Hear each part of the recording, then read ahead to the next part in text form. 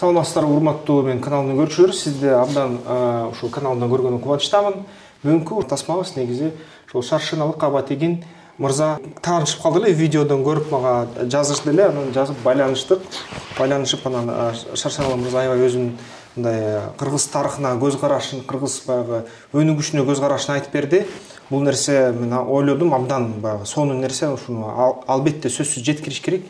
Элибизге анткени бул деген нерсе, бул деген элдин күчү да, элдин өзөгүн куруучу нерсе болот деп ойлойм да. Андай эмесе ошо бүгүн биз деген элдин рухий кубатын чындоо үчүн кыргыздын тарыхы боюнча жалпы контент, маалымат түзүү деген сөз кылабыз. Шаршыналы мырза, өзүңүздөрдү ушу көрүүчүлөргө тааныштырып берсеңиздер. Рахмат, Искендер мырза. Мен ошо YouTube'дан карап, негизи көп маалымат издеп, ушинтип, негизи жашоомдо ошондой жүрөм да, жашоом өзү ошондой. Анан мына азыркы жаштардын ичинен сен мына тарыхый нерселерди изилдеп, түпкү улуулукка, ошо жакка улап, байлап, анан анализдеп, самый главный анализдеп берип атканы мага жакканда, анан ошентип анан кой, мына акыры ушундай багытта иштеген жигиттер пайда болуптур деп анан кийин байланышып сүйлөшкөн. Себеби мен өзүм сендей убакта, сенден жашыраак убакта ушул нерселерден баштагамда, мен өзүм Шаршыналык Абатегин, мен өзүм кесибим инженер-строитель. Анан бирок мен мектептен баштап мындай тарыхка, географияга, ушуларга кызыкчумун да.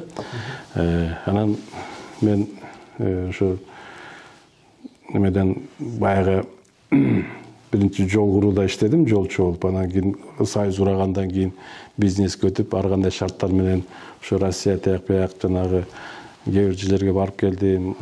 Түркия, там, тетиги Непал, Кытай деген жаккачы. Анан ошо барган жерлердин баарында эле мен бир ушу тарыхый маалыматтарды же болсо бир нерсе болсо сүрөткө тартып, ошолорду изилдеп жүрчүмүн да.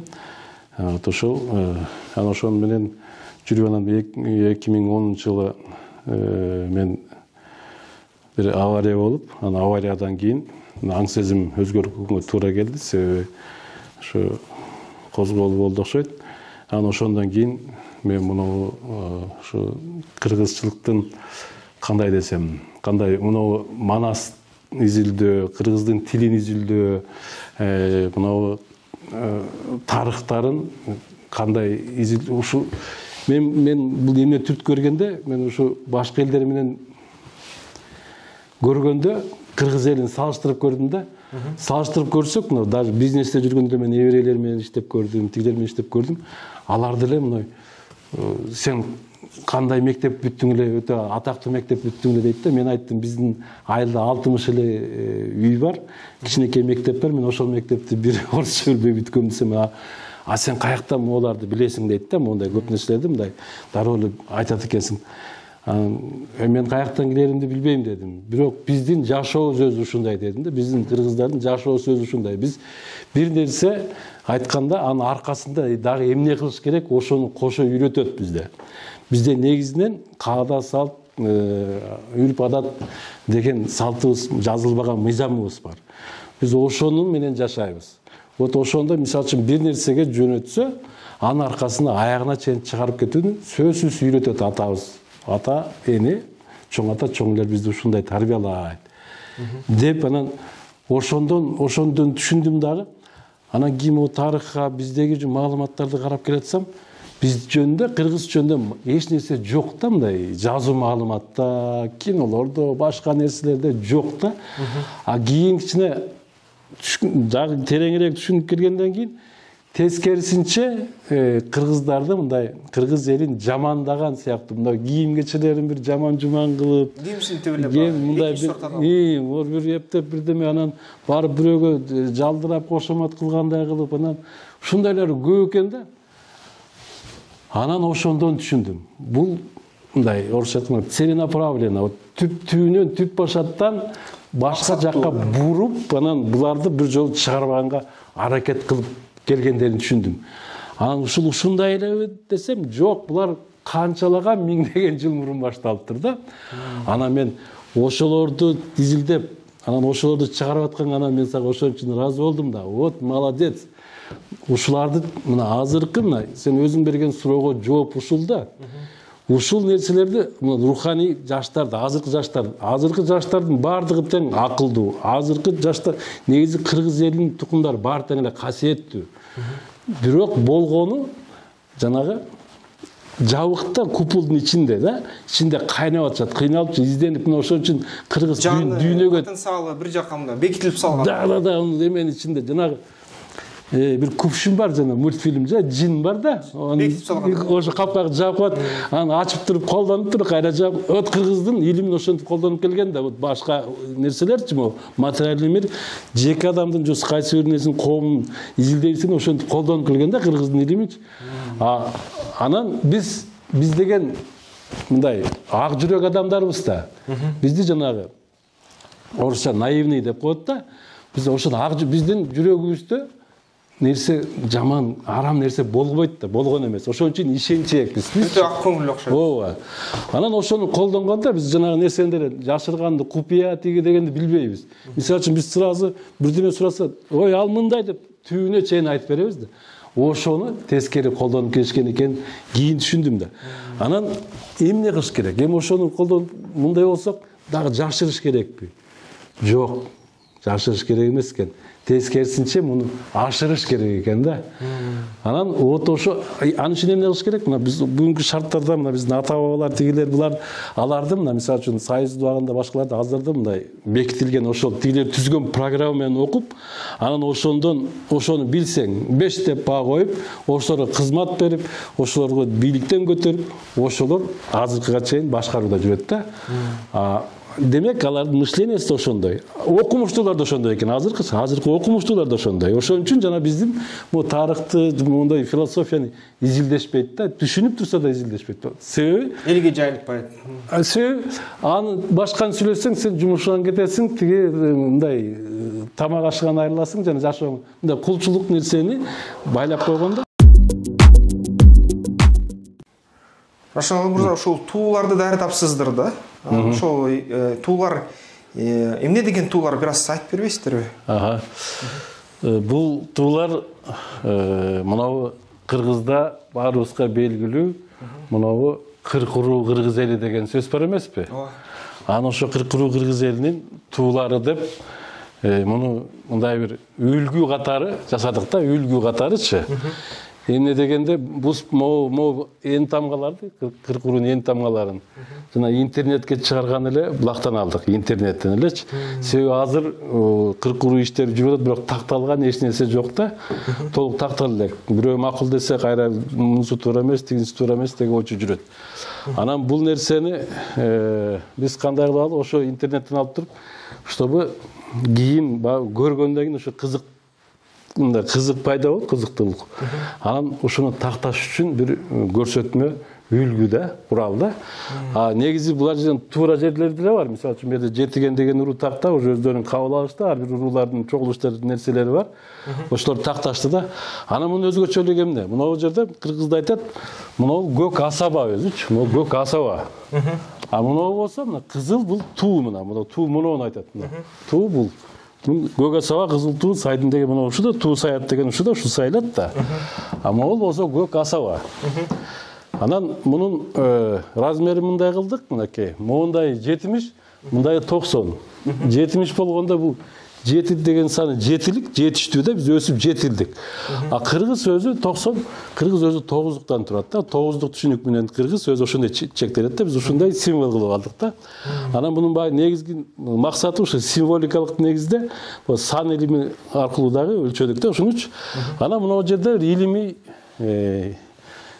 эме белги турат. Могу кызыл, анан кийин круг, бул өзү негизи круг да, шарообразный нерсе. Бул клетканын формасы. X хромосом, женский хромосом. Кызыл болот. Канда, кандын түзүлүшү. Вот ошого. Мына бул 4 бурчтук, бул болсо мужской хромосом, Y хромосом.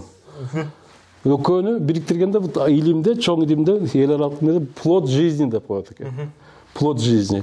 Демек бул 4 бурчтук куб метатрон деп коет. Метатрон баягы өзгөрүп улам мүмкүнчүлүккө ээ, потому что эркектердин хромосому ошондой күчкө, ошондой мүмкүнчүлүккө ээ экен да. Анан экөө бириккенден кийин, анан мына ошол мужской хромосом менен кошо бул ата тек деп коет, ошондон кошо маалымат кирет. Маалымат бул тамга жана эн тамга. Анан ошондон биздин мүнөзүбүз, турушубуз ошондой болуп, анан ошону аткарат экенбиз да. Биз ошол символду карап туруп, ушу эмени кылдык, анан экөө бириккенде биз пайда болобуз да. Эмне үчүн ушуну, мунун да бир өзгөчөлүгү да, бир да бир байкай турган жери. Могу Кыргызда тебетей бар. Тебетей. Тебетейдин үстүнөн карасаң, ортосу мондой 4 бурчтук да. Анан бул жагы тегерек. Демек ошону кыргыз башына кийип алат экен. Вот ошондон демек ошону жанагы муну плод жизни болсо орусча дагы эмне деп койчу эле. Эмне экен Кытайдын тамга эме баягы мурунку эмелеринде тыйындарында да ушундай белги бар эмес беле, мындай өзү тыйын тоголук ортосунда мындай 4 бурчтугу тешик да. Вот ошонун баары тең кыргыздын тамгасы экен да. Ошонун баары кыргыздын тамгасы болот экен. Кытайларга кыргыздар ушундай таасир эттү эле байыркы заманда. Ооба, бул боюнча вот кечээ чоюн өмүр алып могу жерден бир эме окуду. Бүт мына 4500 жылдан баштап 4500-4900 жыл мурунку кыргыздардын кандай болуп барып, кандай кечээ укмуштайт сонун нерселерди айтып берди. Кадимкидей турат да, далилчи. Вот ошондо мына ошондо тебетей. Ол тебетей эми бул каяктан келген? Маселе ушунда да, тебетей. Тебетей деген эмне? Жөнөкөй мына кыргыздын тебетей менен калпагы экөөнүн тең ушундай мааниси бар экен. Биз ошончо аны аягын кое турам, мен ушуну менен аяктан аяктайын да. Вот ошондо ошентип биз жаралдык. Анан ушуну эми кыргызда мындай ушуну кыргызда детягын көрсөтсө болобу? Азыр анда. Кыргызда жумуртка, урук, тукум деп коет. Жумурткадан жумурят коом, уруктан биз жаралабыз, тукумду биз калтырабыз да. Мына ошондой жанагы санжыранын ушинтип баштасак, илимий жактан дагы кабыл алганга туура болот экен да. Анан биз жанагы сөз менен эле айтсак, кыргыздардан башка киши азыр кыргыздар деп түшүнбөй калбадыбы?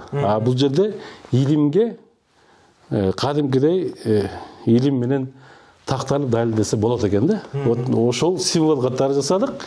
Анан ар бир уруунукун жасадык. Ар бир уруулардыкына, ар бир уруунуку. Сар багыш дейт. Сар багыштык. Так. Мына бул керек ичкилик мынакей. Бул жерде оң, ортодо ичкилик, бияк сол да. Вот бул абат ичкиликтерден. Абаттар. Ана дөөлөс жүрөт да. Дөөлөс тоже ичкилик. Бу жерде могу жерде 40 туу бар. 40 туу бар. Мына ушуну дагы ошо бизде спонсор жемелер кирип, эми эл өзү жасайт да бу жердечи. Анан мына бул жерде могу жерде бир чоң өзүнчө турбайбы? Ооба. Мына. Муну дагы чогулуп туруп кеңешип, бул болсо Көкөтөй атанын туусу деп коетмунчу. Көкөтөй атаныкы. Мына Көкөр турат, мына Көкөр казына, вот Көкөтөй казынаны кармаган да.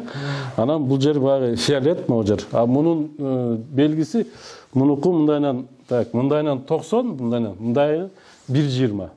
Демек 90 бул өзөктү кармап турган нерселер мынакей. Бул жерде тиги Манас Бакай кошойдук ошондой 90. Анан мындай 12. 12 деген цикл 12. Көрдүңүзбү? Бул 120.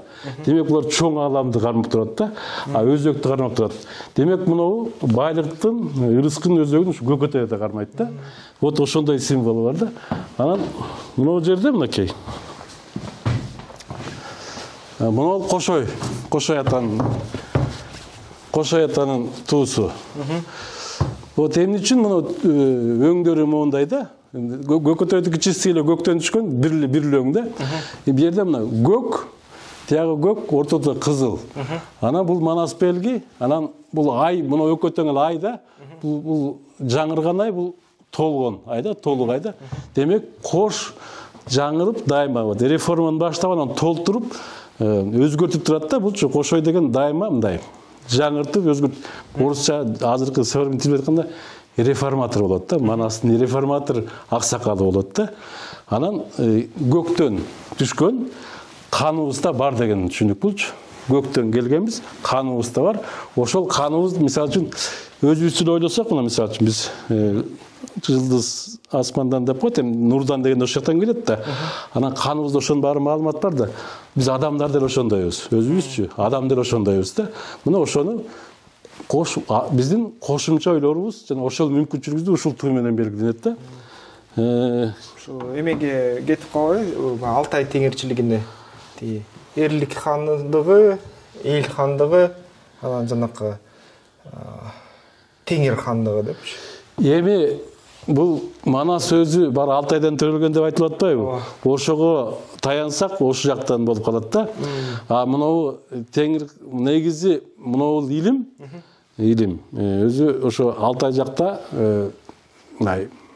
бузулбай сактап калган да. Биз башка динге өткөндөн бизде кичине могул жерден алыстап кеткенбиз бирок. Бирок азыр ошону кайра жаңыртып, жандантып аткандагы нерсебиз да. Эми бул ошол тууну.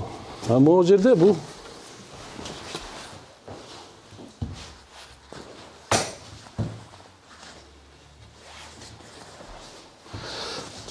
бул жерде мына айың менен күнүңдүн бир өзүнөн бүткөндөй деп турат да. Бул деле ошо размери ошондой, 90, биягы 120. Анан мына көк, кызыл, ак. Көрдүңбү? Мындайынан. Тиягыда көк, кызыл, ак. Эмне үчүн мына көк асман бизди каптап турат. Ортосунда биз каныбыз менен, бияк болсо биздин мындай арткы бетибиз да, карамаш эки мындай симметричность да булчу.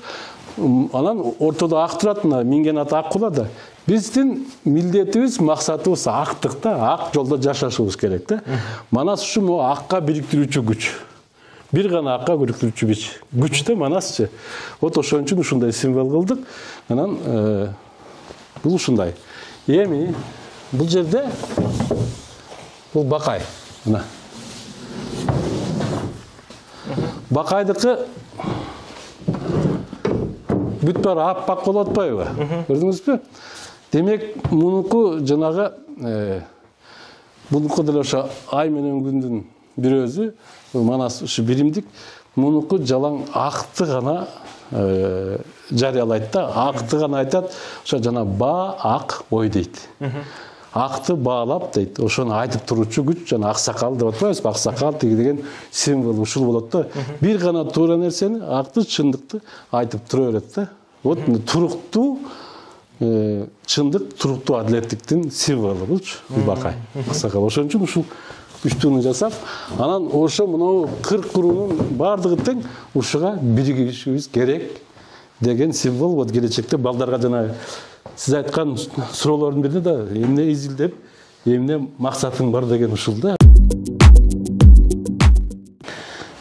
Анан ушу себеби мыналарга ушундай өзүм ойлобогон жерден ушул жака түшүп калгандан кийин окумуштууларга, топ кишилерге да кайрылып көрдүм да. Кайрылып көрсөм, мындай жакшы эле түшүнөт, бирок тартып мындай демилгени коштоп, анан кийин ошо мен айттым, студенттерге айтайлык, мына университетке бардым, мына Арабаевага бардым, БГУга бардым, ушулар. Анан кыскасы ушундай кылат экен да, мындай аткаргысы келбейт экен. Анан көрсө алардын өзүнүн программасы бар экен. Анан ошол боюнча кетет экен да. Программасы болсок, баягы рухту көтөрүүгө мындай эч кандай жумушту алдын ала алып барууга эч кандай мүмкүнчүлүк бербейт. Ооба, алар мынау негизи кыргыздын илиминде оң, сол, ак, кара, кызыл жана көк, анан эки жак, анан ошонун теңдөөдө болот, ушуга эле бөлүнөт да. Булар бир тарабын эле, мисалы үчүн, жосо материализм, идея руханий да, отчу материалдык жакты эле карап тура берет экен да. Материализмге система өзү бардыгы тең ошондой экен. Бул акыры жүрүп отуруп ушуга келет экенсиң да, изилдеп, анализдеп келгендечи. Анан ошо материалисттик нерсеге бардыгыбызды өткөрүп коюптур да. Анан ошондо биз бир гана азыркы бүгүнкү абалыбыз ошондой кылып атат. Бирден болсо барып акчага такалабыз, материалдык нерсеге такалабыз. Бирок ошол убакта ошонун азабын тартып атабыз да, ден соолугубуз кетип атат. Мына биз мынабы адам мына мээ качан кыйналат? Өтө күчтүү маалымат болгондо кабыл албай кыйналат. Же болбосо ал аны мажбурлап бир болбогон иштерге өзүнүн предназначениясы эмес, башка бир амал, айла тескери ишке эметкенде дагы кыйналат да. Өзүнүн жолун таппайт. Өзүнүн жолун башка бирөөнүн жолун. Ошондон жанагы кан жүгүртпө, жана инфаркт, инсульт, бүт оорун бар ушундан чыгып атпайбы, нервим кетет, тигиндей мындай. Кыскасы низкий вибрация. Кичинекей термелүүгө түшүрүп коюп атпайбы биздичи. Материалдын мирдин өзүнүн термелүүсү ушундай экен да. Мына ошого чыгарбайт экен да. Ал ошо менен мына болбосо мына көп диндерде, башка жерлерде көп маалымат, канча 100 жыл жашаган, мынча 100 жыл жашаган деген бар деп. Анын баары тең жогорку деңгээлдеги термелүүлөр экен да, вибрациялар жогору экен. Өз жолун тапкандары. Ооба, ал жан дүйнө менен гана болот экен да. Ал жан дүйнө менен. Мына ошо жан дүйнөң ачылганда, мына мисалы үчүн мен бизнесте жүргөндө 2010 жылга чейин сөзсүз бир жылда бир же эки профилактикадан өттүм. Жанагы кандарды мындай капельница алып, суюлтуп, кан суюлтуп, антип мынтип, анан кичине жүгүрөсүң кайра. Азыр мына 13 жыл мен андай барбайм азыр. Потому что себеп мына жан дүйнө иштегенден кийин баардыгы сонун болуп калат экен да. Өз жолуңузду тап мындай учактастыр. Ооба. Вот мына ушул жери бар экен. Анан мен ушундан кийин түшүндүм да, вот кыргыз эли биздин каада салт, адатыбыз, үрп адаттарыбыз, жанагы кол өнөрчүлүгүбүз, мынабу жанагы спорт, жанагы оюндар, көчмөн элдик жана оюндардын баардыгы тең. Мына мисалы үчүн жанагы көчмөн оюндагылар жаштарды кандай кылып тарбиялап, физикалык деңгээлди кармап, ар намысты кармап, маданиятты кармап, жогорку деңгээлдер ушулар экен да, ошондо ощущение менен билет экенсиң ошончу. Не то что там бар бир экөөнү сүзүтүрүп, кээ короз согуштуруп дегенде, тиги жерде маданияттын дагы, намыстын дагы, эрдиктин дагы туу чокулар экен да, бар теңчи, могу эреңиш, эр сайыш жана кандай нерсеси болбосун, ушундай экен да, баардыгы теңчи. Анан ошолорду түшүнгөндөн кийин түшүнөт экенсиң да, кандай атайын бир ушу кыргыз элинин руханий нерсесин баарын басканга атайын бир күч иштейт окшойт депчи. Өстүрүүгө, кыскартууга, мындай буттусуга. Ооба, ушундай кармап турган күч бар экен деген нерсе анан жанагы системага кирет экенсиң да, ошентен системага кирет экенсиң да. Анан ошол системага киргенде эле оң сол, жоксо материализм, там идеализм, анан орто. Жанагы мисалы үчүн Ленин бир убакта жазган да, правый и левый и центризм деген сыяктуу эле. А центризм деген жанагы теңдөө экен, теңдеп кармап туруш керек да, тараза. Анан ошол нерсе жанагы кыргыздар кээ бирлер нерсе теңирчи чычалаган нерсе ошол экен да. Теңдөө экен да. А бул естественный нерсе экен булчу. Мына ак менен караны кандай түшүнөбүз? Кара десе бир кара нерсе, тескери нерсе, бул жаман. Нет, кара деген биз билбеген, биз түшүнө элек. Эбегейсиз, чексиз казына экен. Казына, маалыматтын казынасы, материалисттик байлыктын казынасы, любой нерсенин, ар бир нерсенин казынасы бул кара. Биз жете элек, биз көрө элек, биз жете элек нерсени ошо кара деп коет экен. Карада бир эле чёрный, а кайра дагы отурсаң, ошол жерде кара, смотри деп атат, ошол жерде карап көр дейт, казып көр деген да түшүнүп берет. Кыргызында кара деген сөз ошо. Кара деген сөзү өтө көрүнбөгөн нерсе, бирок ошо барып карап көр деген дагы түшүнүктүү берет экен да. Демек, ошол жактан сен жарыктансаң, анан ошол жерден сен аласың дейт экен да. Бирок ошону сен чеги менен, өлчөмү менен ал. Сага керектүүсүн ал дейт экен.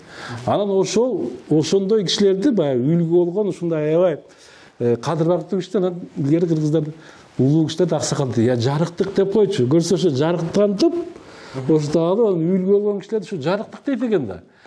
Мына ушуну менен биз кыргыз тилин мына мен кыргыз тилин дагы изилдейм да. Анан кыргыз тилин изилдегенде ошо кыргыз тилинде мындай кыргыз тилиндеги жалган деген сөз, калп деген сөз дагы бул туура эмес, чечмеленет экен. Жалган деген сөз бул ошо улуулукка, актыкка жалган деген сөз экен. Азыр жана иллюзия бирдеме деп атпайбы? Сен ошого жалганып, сен ошолор кандай кылса, сен ошонун аркасынан ошондойду жаса дейт экен. Ошону кыргыз жанагы улуусу кичүүсүн жетелегени, жетелеп чоңойткону ошол экен. Жана ат менен жетелеп, демек ошо өзүңдүн жолуңдан тайдырбай түз жетелеп, бул кыргыздын тили. Ал эми калп деген сөз. Бул ак, калып, ак дейт, ак калпак, акка дейт, калып деген формада туура.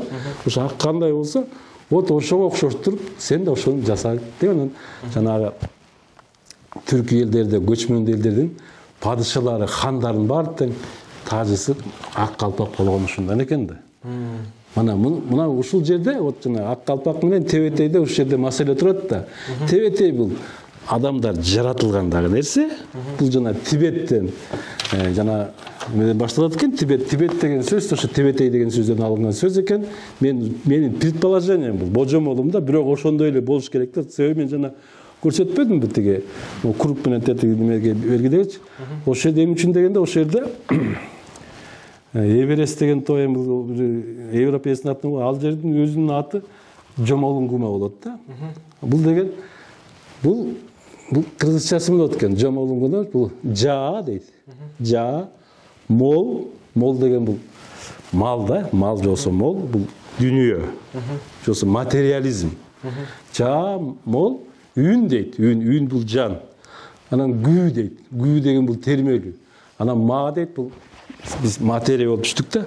Мына ошол жерден баягы асман менен жердин тирөөчү деген ошол жерден башталат экен да. Ошол жердин дагы белгиси, мына сан белгиси 8848.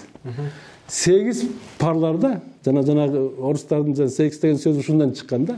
Муну Түгөлбай Сыдыкбеков да туура эмес кеп кылган да. Бул жерде эмне үчүн 8? Мына бунун 8дин неме боюнча далили бар да. Сен жана кантип далилдейсиң деген жер турбайбы? Биологияда мына мондай нерсе бар экен. Так. Ну, любой ДНК, эң башат ДНК башталганда идимде 4 тамга менен белгиленет экен мындайчы. Мына мондай.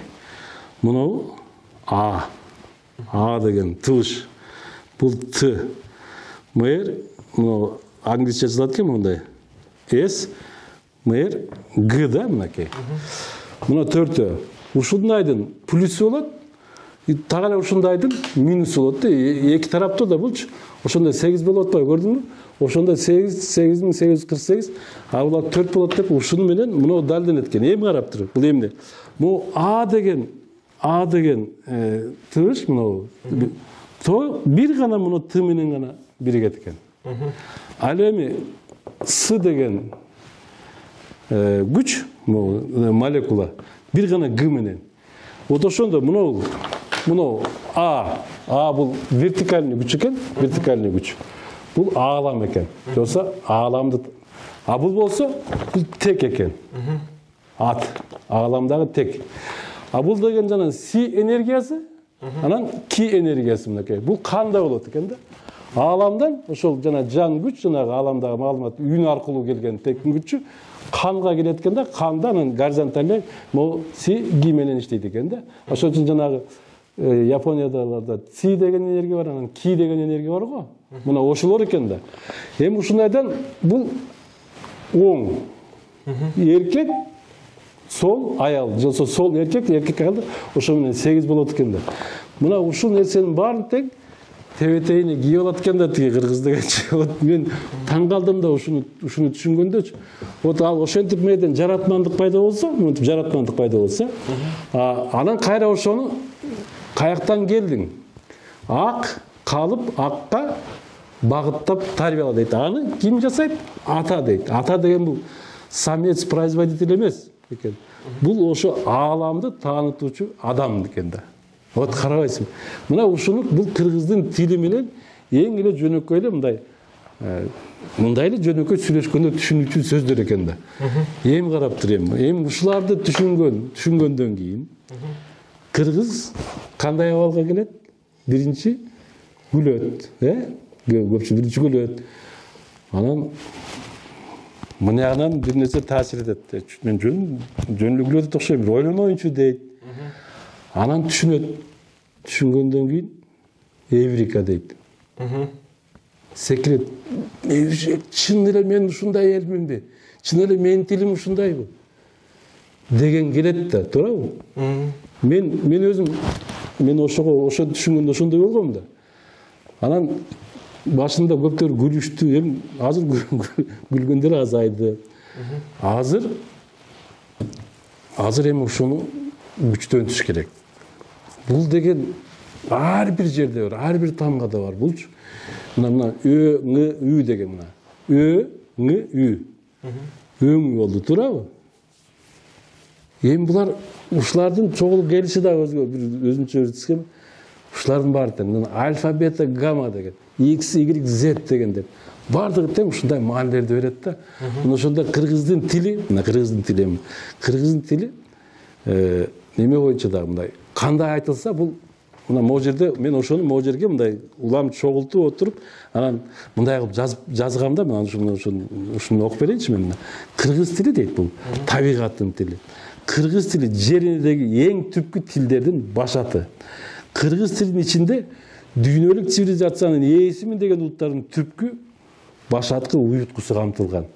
Кыргыз тилинде бир гана кыргыз тилинде аалам илими болгон манас аян менен баяндалып айтылат дейт. Кыргыз тилиндеги айтылган сөздүн түп маанилерин чече алсаңыз дейт, адамзаттын түпкү нукура тарыхын аңдап таба аласыз. Ошондуктан сөзүңдү таап, өзүңдү тааны кыргыз деп мондай бир китеп жазгам да. Бир китеби бар. Ошо 14 жыл ушундай китеп жазгам. Мен ушуларды мындай бизде аян деп коет, анан ошо менен бир ойлор келет да, ой келет да. Анан ошо чын эле ушулар ой туурабы же эмне? Деп анан өзүм менен сүйлөшөм да. Же түшүнбөйм, өзүм менен сүйлөшөм анан. Мен баягы авариядан кийин реанимация жатканда көп эмелерди окуткан да. Жок, реанимация больницада жатканда. Анан патологдор айткан мындай басты жанагы компьютерден кнопкалар басасың го, ошондой басасың. Анан атайсың, анан ошол жер ачылат, ошондой кылып анан суроо бересиң деген да.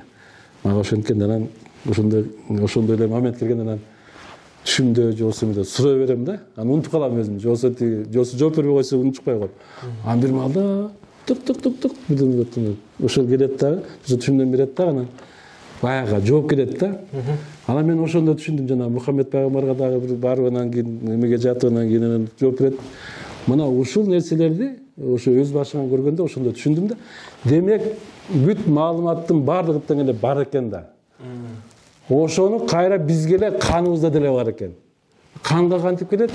Ал аба менен эле келет экен да. Буга чейин бул эволюционный процессте анда тамак аш суу менен кетип экен. Сууда эми сууну ичесиң, анан ал канга сиңет, определенный убакыт өтөт.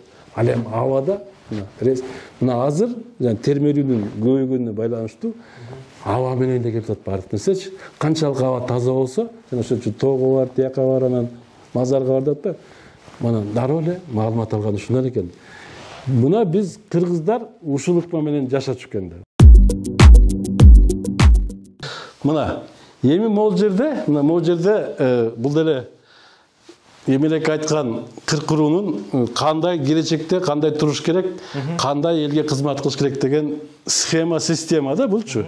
Анан ошо мына бул дагы эле Манастын айтканда могул жерде айтылат, ай аламдан каталып, аалам ээси аталып, кылымдардан каталып, кыргыз эл деп аталып, кыркыруудан куралып, кылымдан кылым уланып, кыйыр болуп кылымдан, гербен созуп чубалып, келген экен баяны, келгиле журтум угалы деп, анан муну түздүк да.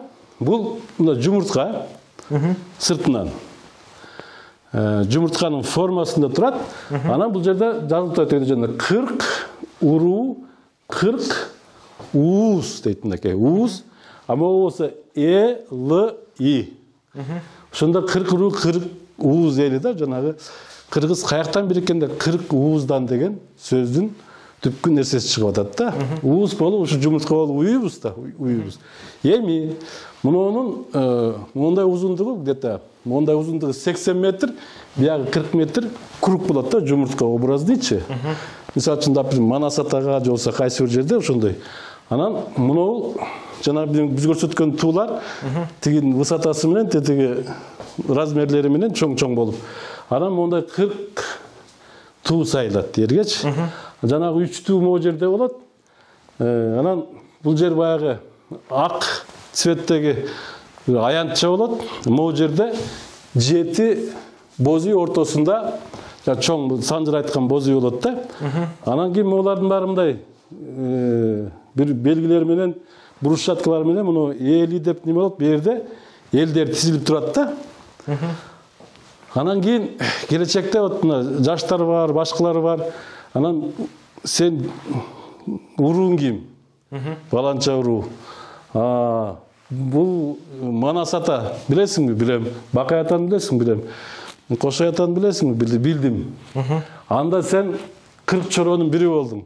Деп анан кийин анда Манастын жанында могу жерде ушул булар туулар сайылып турат да. Анан кана эн тамгаңды тапчы дейт да. Тапканда баланчанын уруумун дейт да. Мисалы үчүн мен мисалы үчүн саякта, вот саяк жанына турам да. О, сен эми мындан ары Манас атанын бир чоросу болдуң. Деген схема мына келечекте Кудай буйруса сунуштайлык деп атабыз. Муну дагы кандай дагы оңдоп түздөп дегенде кээ бир жерлерин эмелерди эн тамгаларды тактайбыз, атак схема бүткөн. Анан эн тамгалар могу уруулардын эн тамгаларын тактасак, вот ошондон бул эмне берет? Биз эмне берет? Мына жумуртка деген, жумурият деген сөздү түшүндүрөт. Урук деген бул бизге келген, биз ар бирибиз уруктан пайда болобуз. Анан ар бирибиз тукум калтырабыз. Демек биз ушун биздин кантип жаралганыбыз, кантип элдерде кийин бизден кийин тукумдун калганы, анан биз жумуртка системасында жашаганыбыз бул өзүнчө система экенин каяктан төрөлүп ошол аң сезимге кирип анан баарыбыз бир эле ушундай жерден чыкканбыз. Демек биз бириндикте ынтымакта жашашыбыз керек деген бир аң сезим берет дегенге аракет да булчу. Жакшы. Жакшы. Дегендей эле аракет. Мен ушу толук ишенем да. Себеби могу тилде бар жатат да, ошол жерде кыргыз тилинде. Түшүнүктүү. Ошондо сиздерде келечектеги кандайдыр бир долбоор барбы? Ушул мектепте ачып көрөйүн деп атасыздар, азыр ушул үйрөткөнгө. Дагы кандай ошол долбоорлоруңуз бар? Мен мынау ушу жерге Кудай кааласа азыр неме кылып кошумча окууларды өткөрүш керек болот.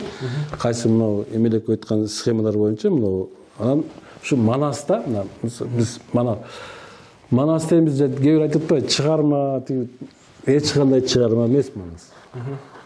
Манас табигый маалымат бул. Табигый маалымат, ал турган маалымат. Адамга, кээ бир ошондой бир таланттуу адамдарга, касиеттүү адамдарга ошондой мүмкүнчүлүк берилет. Сен ошол порталды, ошол маалыматка киресиң да, ошол жерден алып айта бересиң. Ал жерден кээ бир айткандай Нурбек суу бер андай дегендей жок аякта, алар айтылбайт аякта. Ал жактан сен ал жака контактка киргенде сенде чарчоо деген эч нерсе жок болот аякта. Ал всё там. Потому что жан дүйнөнүн күчү чексиз болот. Сен ошол жака учуп кетесиң. Дене бул деген бул материя да, бул деген мусор да, кийинчи. Ошол чарчайт, бунун башы аягы бар. Вот мына Манас илими деген ошондой да. Биз ошого жете турган мүмкүнчүлүктүү адамдарды тарбиялап чыгарсак болот да. Мына биздин келечек. Мына азыр квантовый переход дал ушул бар. Ушул жака барабыз. Мына кайып дүйнө дегенде эле ушу квантовый физика деген ушу кайып дүйнө да. Биз ошол жака барабыз. Биз ошон үчүн ошого багытталган нерсеге эмитеден уже киришибиз керек да. Биз менин баягы жалпы бир сөзүм айтканда максаттар ошол. Мен эгер өзүм жетишпеген күндө да хотя бы жаштарды түшүнгөн адамдарга ошолорго стимул берип, мындай чакырык кылып, какой-то бир капкагын ачып коюш керек да. Жактан капкагын ачып, алдыга кишилер алып кете берет. Да, бул иште меники, сеники деген жок. Бул жерде айланайын бул бир өзүнчө керемет нерсе, баардык адамзатына жетиштүү нерсе да булчу. Но бирок биздин сыймыгыбыз ошо биздин кыргыз тилинде кыргыздын адамдары, кыргыздын уул-кыздары ошолор баардыгы бир ошолор баштайт, ошолор жасайт да. Биздин ата-бабалардын алардын бизге сыймыктана турган ата-бабалардын бир бизге алып келген эң чоң кызматы ошо бизге өткөрүп, бизге ошону сактап бергенинде да. Биз ошон үчүн аларды урматташыбыз керек. Ата-бабаларга кыргыз болгонубузга сыймыктанышыбыз керек. Вот мен ушуну, менин максатым эле ушул. Мен балдарыма да ушуну айтам, башкаларга да ушуну айтам. Мына ушуну бул жерден могул эле жерден кармап ушинтип кетебиз дегенде болбойт да. Ал бир бучкагы бир кыпым болуп калат. Как манас илими катары, анан кыргыз тили деп туруп экөөнү бириктирип, себеби манас илими кыргыз тилисиз айтылбайт. Башка тилдер айтат, жаттап алып айтышы мүмкүн, бирок жанагы порталга кошула албайт башка тил менен. Вот ошон үчүн кыргыз тили менен манас илимине кирсек, бүттү. Баардыгы биздин колдо, биздин мээде, биздин көкүрөктө болот да. Биз ходячий ушу энциклопедия деп коебузбу же казына да, ходячий казына болобуз да. Ошондо акыркы суроо анда бүгүнкү ошо тасмага баягы убакыт чектелген эмеспи? Аны дагы мындай компактный кылабыз да. Ошол жаш муундар арасында баягы биз маселени таптык да, маалымат жетишпейт да. Ошол маалыматты ачууга ушундай ыкманы таптыңыз, мисалы үчүн. Таап туруп аны жайылтканга ушундай долбооруңуз бар, акырынан. Негизи ошол билимдерди сактоого кандай чараларды көрөт да, мындай сактап анан өткөргөнгө мындай ишенесизби? Жолубуз жетеби ушундай? Каяка өткөргөнгө? Жаштарга өткөргөнгөчү, жаштар капкагын ачыш керек деп атпайсызбы? Жашка жеткиргенге? Да. Бул мындай да, мисалы үчүн менде бир ишеним бар да. Бул мен мындай как пендечилик эмес, бир сезим туюм ишеним бар да. Сезим туюм ишеним бар. Анан анча-мынча практикадан да өттүк да, университеттерге бардык, башкаларга келип көчөдөн жолугуп каласың. Мен анан бир жээн кыздар да бар да, ошо айрыкча кыздар дагы мындай аябай бир паста кабыл алат экен кыздарчы айрыкча. Себеби булардын эмеси разносторонний экен, мындай шарообразный деп атпайбы? Жигиттер деле ошондой экен. Анан дароо кызга дагы кабыл алат. Анан кээ бир телефон сурап тиги депчи. Бирок айлана чөйрө, шаарт, жашаган жердигилер кайра алаксытып кетет окшойт да. Турмуш тиричилик. Мен ушуну түшүндүм дагы. Демек, бул жерге какой-то бир подход керек да, өзүнчө. Мына ошон үчүн жана биринчи биз мындай мектеп, мындай окуу, кошумча курс ачып көрсөк, анан дагы тажрыйбага ээ болобуз да. Атактуу белгилүү, баарыбызга белгилүү ыкма бар, ата-бабадан келген салт. Бирок ага бүгүнкү шартта аны кайрадан возвращать этүү мүмкүн эмес да. Биз ага барсак там каршылыктар көп болот. Ыкмасы мындай да, мисалы үчүн өзүңөргө окшогон ичинде катылган адамдар көп эле. Ошого сезим туюм аркылуу, жан дүйнө аркылуу мамиле кылыш керек. Ошол жерден эле билинип калат. Анан бир киши болсо бир киши, эки киши болсо эки. Анан баардыгын чогултуп алып анан кийин сапыра бергенде болбойт. Ал жерден бардык, бирөө айтат да, бардык, болбогон бир нерсе өткөн деп бүттү. Ошону 5-6 ошо менен кетип калат. Кача ичинде аятан көрүү ушу деген ой болсо дагы, жанында жүргөн адамдар авторитет да, мисалы үчүн чогуу жүргөн. Тигин каяктагы бирөө мынтип атат дегендей. Ошон үчүн бул жерде дагы сезим туюу менен мамиле кылыш керек да. Ошолор келет. Анан ошолор бирөө, экөө болот, экөө, төртөө болот, анан дальше геометрический прогрессия кетет да. Бул бир экинчи жагы. Экинчи эң дагы бир маанилүү жагы бул биздин айлана чөйрө, табигат, коомдордун өзгөрүшү, тарыхый окуялар, жанагы мамлекеттерде болсун окуялар. Булар дагы кимди кызыктырса, алар ошолор аркылуу келет да, ошолор аркылуу келет. Жерде кырсыктар аркылуу, ошолду көргөн, өзүнө тиеши жакындарына тиги бул, эми айталарынын мүмкүнчүлүгү өтө кенен, ошол аркылуу алып келет да. Демек, анан күндүн баягы башкача болуп тез эле өтүп кеткен убакыттардын кээде мындай өзүнөн туруп эле бир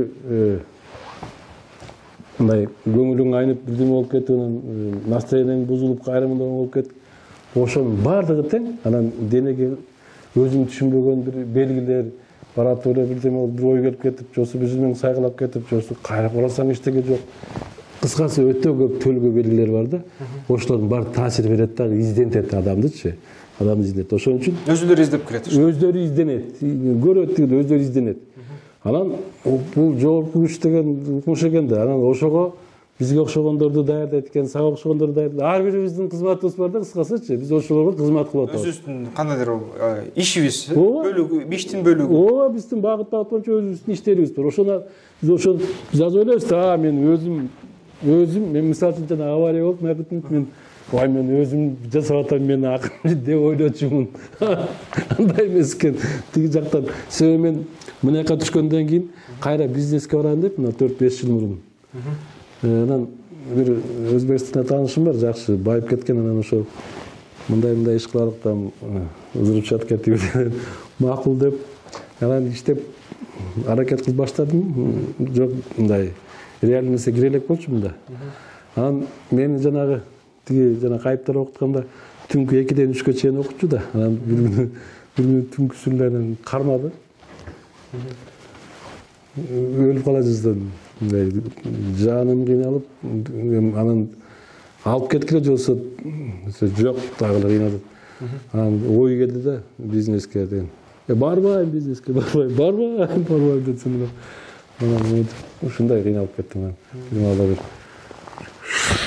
жок болуп кетти. Жарым саат кыйналып кыла жаздадым.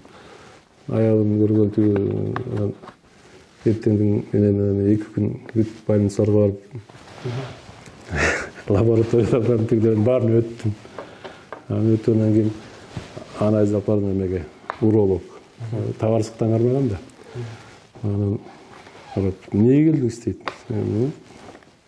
Жок, эмнеге келдиңиз мага дейт. Мээде 40 жаштагы кишинин абалы турат мына лаборатория. Эмнеге келдиңиз дейт да. Аман соо эч кандай оору жок. Мен 60 жаштагы киши 40 жаштагыдай экен, немечи, жана текшерилген жерлер. Десең, тиги эмнеге келдиң деп атпайбы. Мен ошондо түшүндүм. Өзүңүздүн бир жолго салып койгон турбайсыз да, ошондо өзүңүздүн жолуңуз. Ооба, тиги жак менен жана буйрук менен тиги деген ошондой экен да. Атак мен ойлочумун да. Мен өзүм кыйынмын. Мен акылдуумун, мен китептерди окуганмын. Мен ойлоп табатам ушуну, мен жасап атам дечимин да. Вот анын сыңарындай бүгүнкү күндө дагы ошондой адамдар көп. Бул материалисттик тарбиянын таасири. Ошол нерселер акырындык менен, ошо жанагыдай ыкмалар менен акырын бияка жолго түшөт. Ошондо алар эмне болот? Алар өзүнүн бактылуулуктун жолун ачат.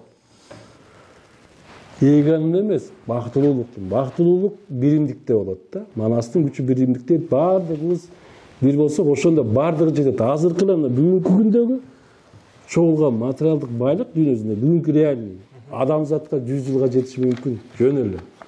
А почему какой-то бир группа, какой-то 1%ке жетпеген? Ошондон триллиондогон эмелерди кармап алып отурат. За что? Ал тиги сиз ушу дүйнөнү айтып атасыз да. Дүйнөдө ушундай болуп атат да. Ошондой болуп атпайбы? Ошону азыр мисалы үчүн ушуну ар бирибиз түшүнгөнгө убакыт келди, туурабы? Түшүнүп атат го. Көпчүлүк адамдар түшүнүп калды ушуну. Ушуну түшүнгөндөн кийин баардыгы каршы келет да. Ушуну көп адамдар түшүнүп калды да. А мындай нерсени жана спецслужбанын адамдары, эң чоң кругтагы ошолор гана түшүнчү да. Азыр мынакей Кудайга шүгүр моундай маалыматтардын немесинин негизинен түшүнүп калдым. Мына ошолор боюнча, тигилер боюнча мына сен ошолорду айтып атасың, акыры ошого алып барат дейлер өздөрү издеп. Сен ыргытып атасың да, мындайчы, үрөндөрдү ыргытып мындай. Анан жерди баягы жеп алгандан кийин анан акырын издеп баргандан өздөрү чукулай баштайт, тигинте баштайт, суроо бере баштайт. Баары тең ачат да. Мына сен муну койготуудагы чоң иштериңди бир ушул болуп атат да. Мына ушул биз максатты койгондо элге кызмат кылайын деп кете берсең, анан кийин бунусу деле өзү келет экен. Аркасынан мындай өзү ээрчип берген күнү, бирок ага сабырдуулук керек да. Анан мен азыр кыйратып койдум, неге бербей койдуң дегенде эле балай башталат. Анда уже чектелип башталат да. Андан көрө муну көп ойлобостон кызматты ойлош керек. Канча адам ыраазы болду, канча адам батасын берди, канча адам ушундон мен айтканымдан ойгонду, мен айткандан жолун тапты. Ушу ыраазы болсун, ал ыраазы болсо мен да ыраазымын дей берсек эле, анан ошол кызмат ушул экен да. Ишибизди улантып беришибиз керек турат. Анан баягы коюлган пландар күтүлбөстөн же күтүлгөндөн аткарылат. Ооба. ошо мурунку тилегениң ошо аткарылып атат да, сен ага милдет кылбастан аткара берсең, анан улам жол ачылып кетип экен. Буга мен мына азыркы могу жолдо, мына мисалы үчүн мен 13 жылдан 14 жылга кетти, бизнес иштебейм, башка иштебейм, өзүмдүн ошондо толук болчумун, ошол боюнча эле жүрөм да, мындай кыйналган жокмун мен. А мен ойлогом да, мына мурунку бизнесте, мында менде чөнтөгүндө бир 20-30 миң акча жок болсо мен унутуп калчумун да. А 20-30 эмес, 20-30 сом калса деле кенебейм. Азырчы 20 тыйын калса деле кенебейм. Себеби мындай экен да, айрыкча мен тетиги Россияда, Украинада, башка жерлерде ачка бир тыйын жок калган күндөрүм болгон. Ошол жактан келгем 2 жолу. Анан ошолордун баарынан келсем дейт. Ошолордун баарынан 9 жолу авария болгон. Андан өлбөсөм. Анан кийин жанагы чөмүдардын колуна түшкөн бир жол, чечендердин бир жолу мына Эрисбектин.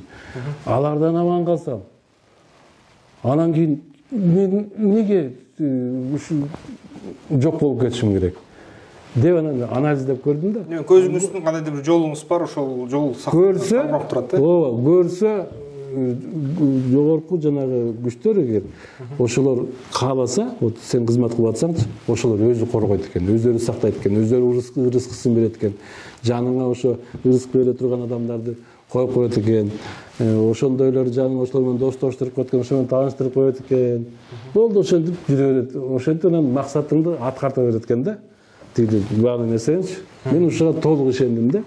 Вот ошон үчүн негизи ошондой мурунку кыргыздардын жашоо сөзү ошондой болгон да. Мен ушуга азыр ушу келдим да, келдим. Жакшы, анда жыйынтык жакшы болду. Бүт суроорума жооп бердиңиз. Рахмат сиздерге. Рахмат. Анда эмесе, урматтуу каналдын көрүүчүлөрү, эгерде ошо түшүнгөн болсоңуздар, ичиңиздерде бирденке мындай жанып кетсе, бир мындай илинип кетсе, байланышкыла, комментарийлерди жазгыла, анан ошол Шаршеналы мырза менен да байланыштырып коебуз. Дагы жыйынтыктачы эмне деп коесуздар? Менде немеде, Искендер. Мындай да, биз мынабы экөөбүз мындай как паритет мындай деп коебу, деп коет. Ошондой кылып иштесек, ушундай суроо ушул жакшы экен да. Себеби менин эле кээде журналисттер телевизордо чыгып калат, мындай суроо бергенде башкача да, мен о десем үй деген сыяктуу да болуп калат да. А мондай ошол бир тема жүктөлсө, айтылса, ошону чукуп алып чыгыш керек да, ошону раскрывать этиш керек да, толукчу. Аны толук ачып кеткенден кийин себептерин билип анан мындай жылы ошол бүгүнкү биздин аңгемелешүү жакты да. Ошон үчүн эгер жана кайрылса сага кайрылсын, чогуу бирге ачалык ошо теманы. Тем более сенин баягы возраст боюнча айырмабыз бар. Сенин менталитетиң, меники экөө биригип, улууму менен баягы ортомун болуп калдым да жаш.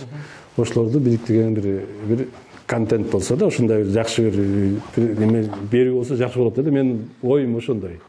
Анда кес-кеске менен ушул сөзүбүздү уланта берели анда. Ооба, тиги шартың болсо, убактың келсе, элдер суранып калса, ушинтип уланып турсак деген ой. Жакшы, жакшы. Атак жанагы окуй десе, тиги болсо биз өзүнчө тема алып келебиз. Жакшы. Анда рахмат сага. Рахмат сиздерге. Анда ошол байланышкыла, ошо Шаршеналы мырза айткандай эле, эгерде мындай комментарийлерге көп жазсаңыздар, суроону берсеңиздер, биз дагы жаңы ушул тасмаларды ушуну талкуулап, Шаршеналы мырзага суроолор берип, суроо жооп алмашып, ушул контентти жасаганга уланта беребиз. Рахмат. Көңүлсүзлөргө рахмат. Эмки видеолордо көрүшкөнчө.